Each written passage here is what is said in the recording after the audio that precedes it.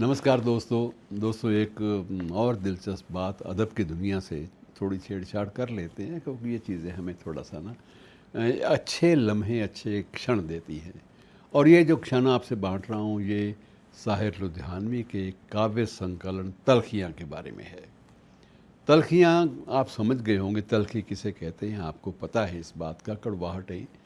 और साहिर ने बाकायदा इस संग्रह, इस काव्य संकलन का जो समर्पण था, वो जिस शेर को किया था, वो भी गज़ब का था कि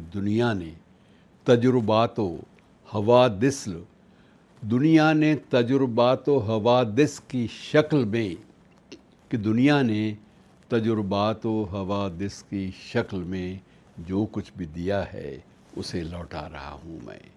जो कुछ मिला है इसी संसार से, इसी दुनिया से मिला है, और वही एक अलग शक्ल में मैं आपको समर्पित कर रहा हूँ। मित्रों, इनका एक संग्रह जो बहुत चर्चित रहा साहिर का, वो नाम था उसका तल्खियाँ। अब तल्खियाँ का जिक्र मैं इसलिए कर रहा हूँ विशेष रूप से कि साहिर ने एक बार व्यक्तिगत एक भेंट के मध्य बताया था कि ये तल्खियाँ जो है पहली बार पाकिस्तान में छपा था, और उस वक्त इस पुस्तक के, इस किताब के 65 संस्करण निकल आए थे। हर 3 महीने के बाद एक संस्करण प्रकाशित निकालने पर मजबूर हो जाया करता था। और साहिर ने ये बड़ी ठंडी सांस लेते हुए, लेकिन मुस्कुराते हुए, कटु मुस्कान के साथ ये भी बताया था कि उन 65 के 65 हॉट केक, गरम केक की तरह बिकने वाले संकलन तल्खियाँ के संस्करण, उसका एक पैसा भी उसे पारिश्रमिक के रूप में पब्लिशर्स ने नहीं दिया। गालिबन ये भी कहा जाता है कि जो बाद में उनकी प्यासा फिल्म आई, उसमें प्रकाशकों पर भी एक व्यंग जो था, ये बाकायदा इसी बात को लेकर था।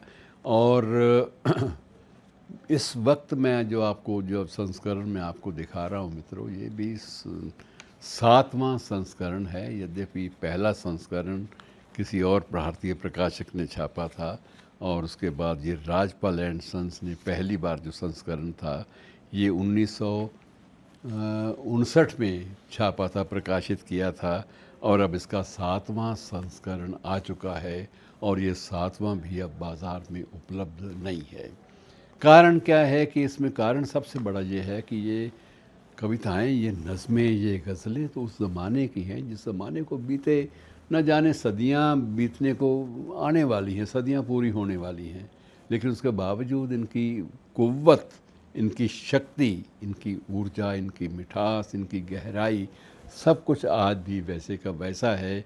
अब सना ख्वाने तकदीस मशरिक़ कहाँ हैं, जिन्हें फ़िल्म में बदलते हुए ये कर दिया गया था कि जिन्हें नाज है हिंद पर वो कहाँ हैं। तो ये जो नज़में थी, ये कूचे ये नीलाम घर दिलकशी के, ये लुटते हुए कारवां ज़िंदगी के, कहाँ हैं मुहाफ़िज़ खुदी के, जिन्हें नाज है हिंद पर वो कहाँ हैं। तो ये जो एक चुनौतियाँ अपने परिवेश को देने वाले जो एक उसका तेवर था साहिर का, उसने हर घर में, हर व्यक्ति के, सुखन परवर व्यक्ति के जहन में एक सवाल जो था वो रख दिया था। शुक्रिया दोस्तों।